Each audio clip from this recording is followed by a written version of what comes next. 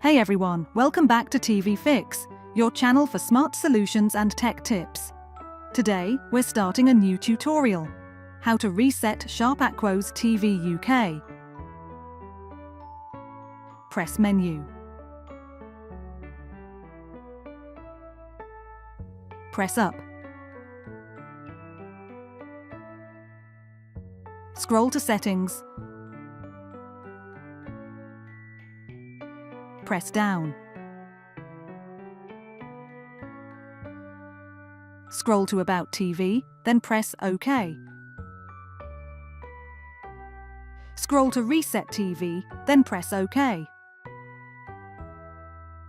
Enter your PIN, then press OK. The default PIN on Sharp Freeview TVs is usually 1, 2, 3, 4. If that doesn't work, try 0000 or 1111 as long as the PIN has not been changed. Scroll to Yes, then press OK. The TV will now reset.